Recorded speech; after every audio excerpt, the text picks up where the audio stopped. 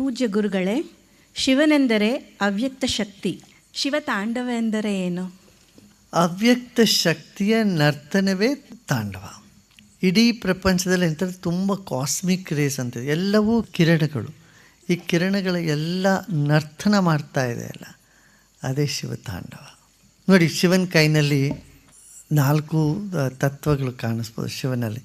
ಒಂದರಲ್ಲಿ ಡಮರು ಇಟ್ಕೊಂಡಿದ್ದಾನೆ, ಜಿಂಕೆ ಮತ್ತು ಡಮರು. 2 ಜಿಂಕೆ ಯಾವುದ್ರದ್ದು?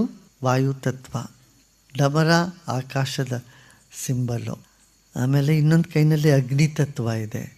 ಒಂದು ಕೈಯಲ್ಲಿ ಅಭಯ ಕೊಡ್ತಾ, ಇನ್ನೊಂದು ಕೈನಲ್ಲಿ ಕೆಳಗಡೆ ತೋರಿಸ್ತಾ ಇದ್ದಾನೆ, ಕಾಲು ಪೃಥ್ವಿನ ತೋರಿಸ್ತಾ ಇದ್ದಾನೆ. ಅದರಿಂದ ಎಲ್ಲ ತತ್ವಗಳನ್ನು ತೋರಿಸಿ ಒಂದು ಅಪಸ್ಮಾರನ ಮೇಲೆ ನಿಂತಿದ್ದಾನೆ ಶಿವ. ಈ ಅಪಸ್ಮಾರ ಅಂದ್ರೇನು? ಮೂರ್ಛಿತರಾಗಿರ್ತಕ್ಕಂಥದ್ದು. ಆ ಮೂರ್ಛಿತರಾಗಿ ಹೇಳಿಸ್ತಾ ಇದ್ದಾನೆ, ಎಚ್ಚೆತ್ಕೋ ಅಂತ.